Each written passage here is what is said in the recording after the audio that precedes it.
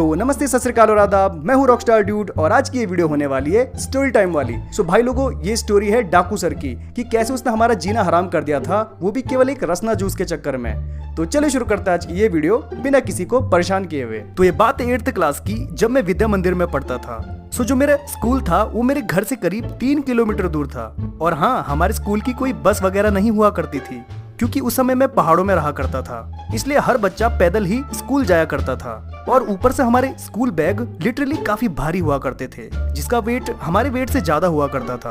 और आखिर वो हो भी क्यों ना, क्योंकि बैग में सारे सब्जेक्ट्स की बुक्स और कॉपी लेके जाना पड़ता था यार। और अगर एक भी बुक या कॉपी छूट जाया करती तो उस सब्जेक्ट टीचर से मार खाना तो तय था। खैर, जब हम थक हार कर पैदल स्कूल पहुंचते थे तो हम अपनी प्यास बुझाने के लिए अपनी बोतल का यूज किया करते थे, जिसमें हम रसना लेके आया करते थे और जिसे हम 0 पीरियड में थोड़ा पी लिया करते थे। सो प्रेयर्स के बाद यानी हमारी पहली क्लास हिंदी की हुआ करती थी और जिसे डाकू सर पढ़ाया करते थे। और अब जिन्हें डाकू सर नहीं पता वो ऊपर क्लिक करके बाद में इस वीडियो को देख सकते हैं। सो वैसे इस दौरान डाकू को एक अजीब सी चीज का चस्का लगा हुआ था। वो पढ़ाने से 5 मिनट पहले हम सब बच्चों की बोतल चेक किया करता था कि कौन बच्चा जूस या रसना लेके आया है।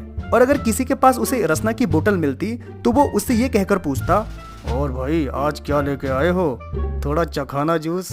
और ऐसा करके वो आधे से ज्यादा बोतल गटक जाया करता था, और जिससे हमारे पास पीने को कुछ भी नहीं बचता था। अब उसे मना भी तो नहीं कर सकते थे यार, क्योंकि उसने क्लास में अपना खौफ ही ऐसा फैलाया हुआ था। सो ऐसा करीब 10-15 दिन तक चला, जिससे हम सच में काफी परेशान हो गए थे। तो हम सभी ने अब इससे बचने के लिए एक आइडिया निकाला। तो आइडिया कुछ इस तरीके से था कि हम अब बोतल में नॉर्मल पानी रखेंगे और जो रसना का पाउच और चीनी है उसे हम सेपरेटली बैग में रख देंगे, जिसे हम बाद में इंटरवल के टाइम इन सबको पानी में मिलाकर पी सके। सो अगले दिन से हमने प्रैक्टिकली अपने आइडिया को फॉलो करना स्टार्ट कर दिया। यानी अब बोतल में सिर्फ नॉर्मल पानी ही था और बाकी सामान बैग में। सो इस बात से अनजान अगले दिन अपने पुराने रूटीन को फॉलो करते हुए डाकू सबकी बोतल चेक करने लगा, लेकिन सब बच्चों से उसे बस खाली नॉर्मल पानी ही मिल रहा था, जिससे उसका मुंह देखने लायक हो गया था। और वो मन ही मन समझ गया था कि बच्चे उसके साथ कोई गेम खेल रहे हैं। वो मन ही मन गुस्सा तो था, पर किसी तरीके से वो अपनी भड़ास शायद निकाल नहीं पा रहा था। सो अगले दिन स्कूल में यूजुअली हमेशा की तरह शांति से प्रेयर्स चल रही थी, लेकिन तभी अचानक स्कूल गेट से एक पतली सी आवाज आई, ओए मनमोहन, ओए मनमोहन।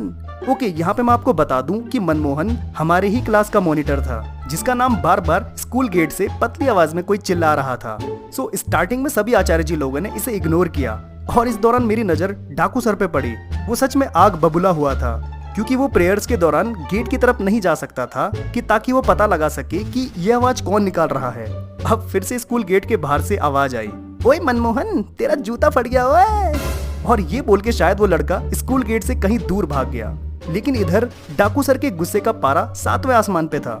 सो प्रेयर्स खत्म होने के बाद एज यूजुअल डाकू सर की पहली क्लास होने के चलते वो गुस्से से हमारी क्लास पहुंचा और वो सीधा मनमोहन के पास गया और जोर से उसके बालों को खींचकर क्लास के सामने ले आया और क्लास के एक लड़के को बोला कि जाओ मेरी छड़ी लेके आओ। सो छड़ी के आने के बाद डाकू ने पूरी क्लास के सामने मनमोहन को पीटना स्टार्ट कर दिया।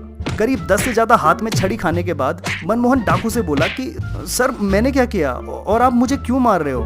तो इस पे डाकू गुस्से से बोला कि स्कूल गेट के सामने वो तुम्हारा ही नाम क्यों ले रहा था, क्योंकि वो औरों का नाम नहीं ले रहा था और ऊपर से तुम क्लास के मॉनिटर भी हो, इसलिए मुझे तुम्हें मारना पड़ रहा है। और उसके ऐसा बोलते ही क्लास में एक अजीब सा सन्नाटा छा गया और मैं मन ही मन शुक्र मना रहा था कि थैंक गॉड उसने मेरा नाम नहीं लिया।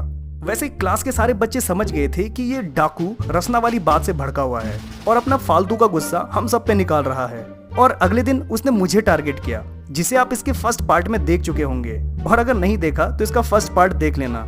सो दोस्तों, कहानी में ट्विस्ट तब आता है जब पता चलता है कि स्कूल गेट के सामने वो पतली आवाज निकालने वाला कोई और नहीं बल्कि मनमोहन का बेस्ट फ्रेंड ज्योति प्रसाद था, जो हमारे साथ ही पढ़ता था। क्योंकि उस दिन ज्योति प्रसाद स्कूल नहीं आया था तो उसने मजे लेने के लिए मनमोहन का नाम ले लिया, बट उसे ये नहीं पता था कि उसके ऐसा करने से बेचारा मनमोहन पूरी क्लास के सामने पीट दिया जाएगा। सो गाइज, इस स्टोरी से यही सीख मिलती है कि दोस्त पालो पर सांप मत पालो और हमेशा क्लास में नॉर्मल पानी लेके जाओ, ताकि कोई डाकू सर जैसा टीचर तुम्हारी बोतल से जूस ना पी पाए। वैसे भी अभी काफी स्टोरी टाइम बची हुई है। अगर ये वीडियो पसंद आई हो तो वीडियो को लाइक एंड शेयर करना ना भूलेगा और चैनल को सब्सक्राइब करके जाना, ताकि मैं और भी ज्यादा इंटरेस्टिंग वीडियो आपको सुना सकूं। तो आज के लिए बस इतना ही, मिलते हैं नेक्स्ट वीडियो में, तब तक के लिए बाय बाय। क्योंकि अब दुनिया बचानी भी तो जाना है।